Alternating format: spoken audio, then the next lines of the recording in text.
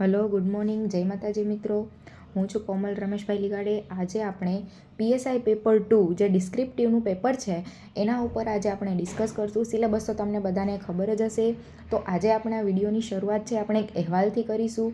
એટલે અહેવાલમાં સ્ટાર્ટિંગથી લઈને એન્ડ સુધી કયા વીમાં લખવો, પ્રેઝન્ટેશન, કેચી વર્ડ્સ, 360 ડિગ્રીની અંદર કેવી રીતે આપણે છે એ આખા અહેવાલને કવર કરીશું અને મેક્સિમમ ટુ મેક્સિમમ આપણે 6 થી 6.5 માર્ક કેવી રીતે લઈ શકીએ અહેવાલની અંદર એના વિશે છે આપણે વિસ્તૃતમાં આજે આ વિડીયોમાં આપણે ચર્ચા કરીશું.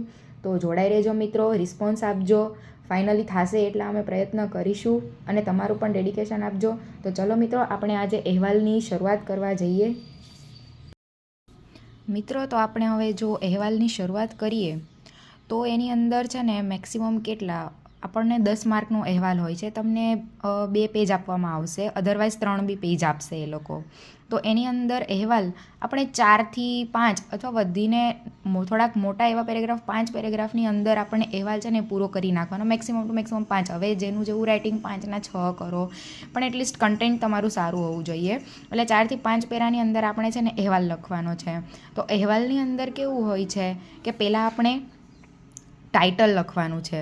હવે ટાઇટલની અંદર આકર્ષિત કેવી રીતે અને ટાઇટલને કેચી બનાવવાનું, તો તમે છે ને સિંગલ લાઇનનો બી યુઝ કરી શકો.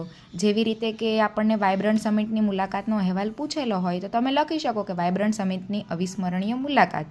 અધરવાઇઝ તમારે હજી એનાથી એક એટ્રેક્ટિવ બનાવવું છે, કારણ કે પેપર ચેકરનું માઇન્ડસેટ કેવું હોય છે કે જ્યારે એ પહેલી વખત જે આપણું ટાઇટલ જોવે ને ત્યાં જ એને ગમી જવું જોઈએ કે નહીં ભાઈ ચલો આની અંદર કંઈક તો હશે.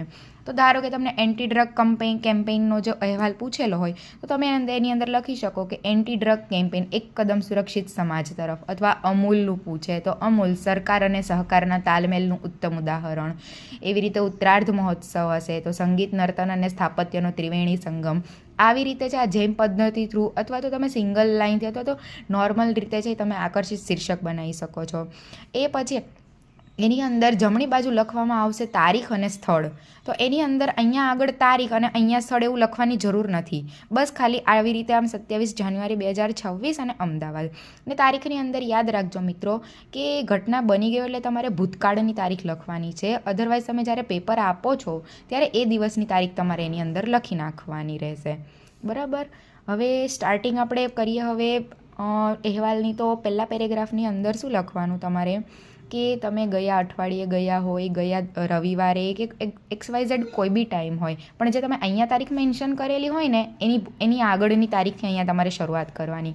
એની અંદર સમય, કોની સાથે ગયા, જવાનો ઉદ્દેશ્ય શું, તમે ત્યાં કેવી રીતે પહોંચ્યા, એ પહેલાં પેરેગ્રાફની અંદર મેન્શન કરવાનું.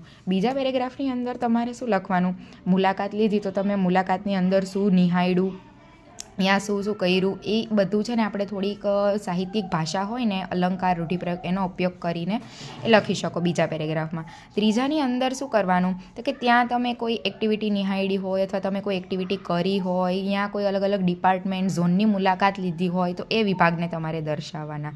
અને છેલ્લા 2 પેરેગ્રાફમાં કહીએ તો એની અંદર છે એ તમારા અનુભવો છે, કેવા ભાવ સાથે તમે પરત ફર્યા, ત્યાંથી શું શીખ લીધી, અંતે ત્યાં જવાનો આગ્રહ બધાઈને કરવાનો, પ્લસમાં કેચી લાઇન એડ કરીને આવી રીતે અહેવાલનું તમારે એન્ડિંગ કરવાનું. અને અંદરનો જે મરી મસાલો છે ને એની અંદર એ મેઇન છે. એના માટે તમારે પાક્ષિકનું રીડિંગ અને ટોપર્સ કોપી. અત્યારે હું નમૂના રૂપે તમને એક અહેવાલ અત્યારે બતાવું છું કે આવી રીતે તમે છે અહેવાલને તમે લખી શકો છો. જેમ કે મારી પાસે જો આ અહેવાલ છે જે કે તાજેતરમાં ગુજરાત સરકાર દ્વારા એન્ટી ડ્રગ કેમ્પેઇન શરૂ કરવામાં આવ્યું, જેના ભાગરૂપે તમારા પોલીસ સ્ટેશન દ્વારા એક કોલેજમાં જાગૃતિ કાર્યક્રમનું આયોજન કરવામાં આવ્યું. તો તેની સાથે તેની આંખે દેખેલો અહેવાલ લખો. તો એની અંદર જો મેં કેવી રીતે લખ્યું છે, એક કેચી આપણે પહેલી તો શીર્ષક આપણને દીધું કે એન્ટી ડ્રગ કેમ્પેઇન એક કદમ સુરક્ષિત સમાજ તરફ. અહીંયા આજે તારીખ અને સ્થળ છે એ મેન્શન કરેલું છે. તમે કરો તો બી ચાલે, ના કરો તો બી ચાલશે. એટલે હવે તમે એનું સ્ટાર્ટિંગ જોશો તો તમને આઈડિયા આવી જશે કે તારીખ છે આટલી 22 જાન્યુઆરીના રોજ અમારા આ પોલીસ સ્ટેશન દ્વારા ગુજરાત સરકારમાં ચાલી રહેલા જે એન્ટી ડ્રગ કેમ્પેઇનનો ભાગ છે એના રૂપે આ જો મેં અંડરલાઇન કરી છે ને એ વધારે IMP છે કે જેનો મુખ્ય હેતુ શું હતો. જવાનો ટાઈમ ખબર પડી ગઈ, મુખ્ય હેતુ ખબર પડી ગઈ. અને હેતુ શું હતો તો કે યુવા પેઢીને ડ્રગ્સ વિશે 360 ડિગ્રીમાં માહિતગાર કરી તેમના સુવર્ણ કાળ અને સુવર્ણ દિશા તરફ ઢાળવાનો અને સુવર્ણ ભવિષ્ય તરફ સુવર્ણ પંથ કંડારવાનો હતો. એટલે આવી રીતે જે તમે કેચી લાઈન નાખશો ને એનાથી તમે છે ને વધારે બીજા કરતાં 0.50 માર્ક છે તમારે વધે ગેઇન કરી શકશો તમે. પછી ત્યાં જો આ સેકન્ડ પેરેગ્રાફથી લઈએ તો જો સવારે 10ના ટકોરે અમારી પોલીસ ટીમ દ્વારા છે કોલેજના કાર્યક્રમ સ્થળે પહોંચી, પછી અહીંયા છે આપણું સ્વાગત કર્યું, પછી કેટલા જણાનો જમાવડો હતો એ બધું લખવાનું છે. પછી કાર્યક્રમની જો આવી રીતે એક્સ્ટ્રા એડ કરી શકો કે શરૂઆત કરવામાં આવી તો નાયબ અધિક્ષક દ્વારા છે એ સૌપ્રથમ બોધપૂર્ણ સ્પીચ આપી અને લાઈવ પ્રસારણ ચાલુ હતું. આવી રીતે આ પછી જો એની અંદર છે આપણે અહીંયા છે એ નાયબ પોલીસ અધિક્ષકે એની સ્પીચ આપી તો એણે શું કીધું એની એક આપણને ઝલક બતાવી દીધી, બરાબર. પછી હવે એક્સ્ટ્રાની અંદર જો મારે 6 પેરેગ્રાફ થઈ જતા હતા, પણ મારે એક્સ્ટ્રા એની અંદર શું એડ કરવું છે કે તમે આ એન્ટી ડ્રગ કેમ્પેનની અંદર તમે NGOની મુલાકાત છે, પછી આપણે નાગરિક સમાજ એની બી તમે આની અંદર છે ને મેન્શન કરી શકો. એટલે 360 ડિગ્રીમાં વધારે જેટલા ડાયમેન્શન ખોલશો ને એટલા માર્ક તમને વધારે ગેઇન થશે. જેવી રીતે કે મેં અહીંયા કરેલું છે કે જાગૃત નાગરિક તરીકે છે એ આપણે શું છે તો કે નાગરિક સમાજ, બચપન બચાવો છે, રેડ ક્રોસ જેવી NGO છે એનાથી વાકેફ કર્યા જેથી બાળકનું ભાવિ છે અંધારામાં ન ઢસડાતા દિવ્ય પ્રકાશ તરફ ગતિ કરી શકે.